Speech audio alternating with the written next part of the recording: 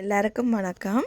இன்றைக்கு நான் fish nuggets எப்படி செய்கிறேன்னு உங்களுக்கு சொல்ல போகிறேன். இதுக்கு நான் பாசா என்ற மீன் தான் பாவிக்கிறேன். நார்மலாக சூப்பர் மார்க்கெட்டில் அது கிடைக்கும். இந்த பாசா ஃபில்லெட்டை எடுத்து முதல்ல அந்த நடுவாலை வெட்டிட்டு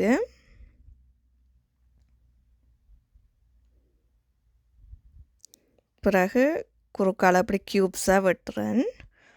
நான் இப்படி சின்ன சின்ன க்யூப்ஸாக வெட்டுறேன். உங்களுக்கு தேவையான அளவில் வெட்டலாம். ஃபிஷ் ஃபிங்கர்ஸ் மாதிரி நீளமாக எப்படி என்றாலும் வெட்டலாம். வெட்டிட்டு நான் இதுக்கு 1/2 டீஸ்பூன் மஞ்சள் தூள், 1 டீஸ்பூன் மிளகாத்தூள்,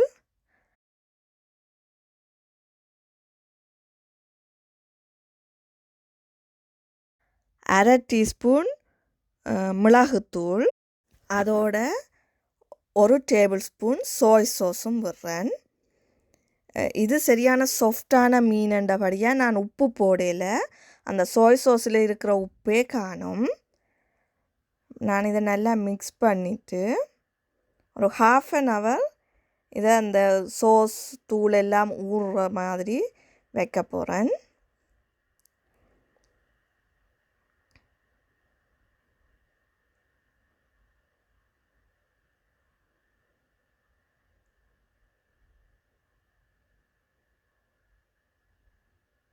இதை மூடி வச்சுட்டு 1/2 hour நாங்கள் அதை எடுப்போம்.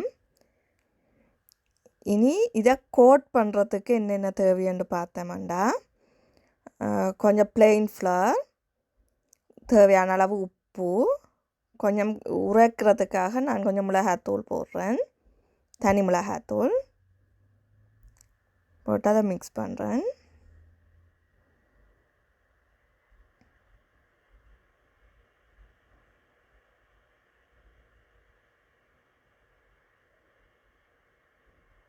அதோட கார்ன்ஃப்ளவர் கரைச்சி வச்சுருக்கிறேன். உங்களுக்கு தேவையாண்டா முட்டையும் பாவிக்கலாம். நான் கொஞ்சம் கார்ன்ஃப்ளவர் கொஞ்சம் கூட திக்காக இருக்குமென்றபடியாக கார்ன்ஃப்ளவர் பாவிக்கிறேன். கார்ன்ஃப்ளவர் கரைச்சி வச்சுருக்கிறேன். அது அந்த அடியில் மாப்போய் இருக்குது. நாங்கள் டிப் பண்ணுற நேரம் அதை திருப்பி கரைக்கலாம். அதோட பிரெட் கிராம்ஸ்,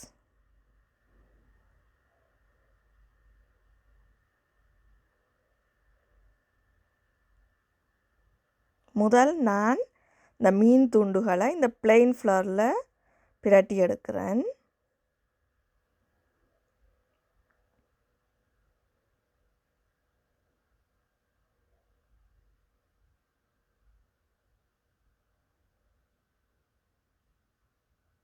பிரட்டி எடுத்துட்டு இனி கார்ன்ஃப்ளவரில் துவைக்க போகிறேன்.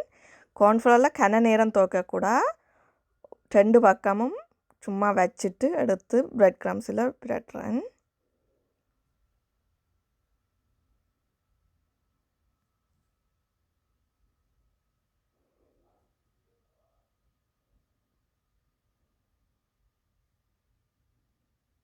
இப்படி க்யூப்ஸாக வந்திருக்கு.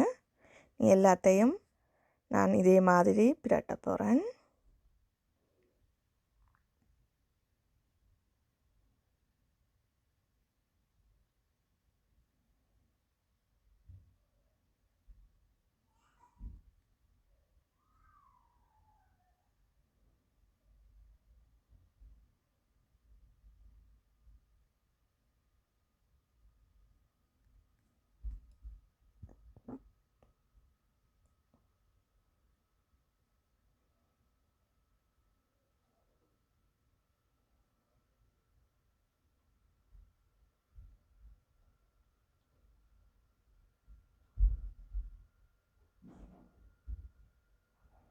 எல்லாம் கோட் பண்ணி முடிஞ்சுது.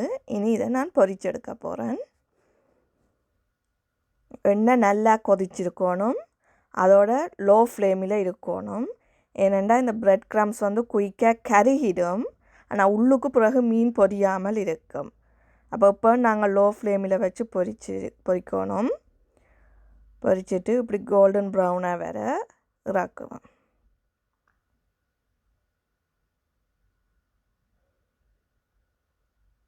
பார்த்திங்கன்னா இப்படி நல்ல அளவான சின்ன சின்ன க்யூப்ஸை வடிவாக வந்திருக்கு.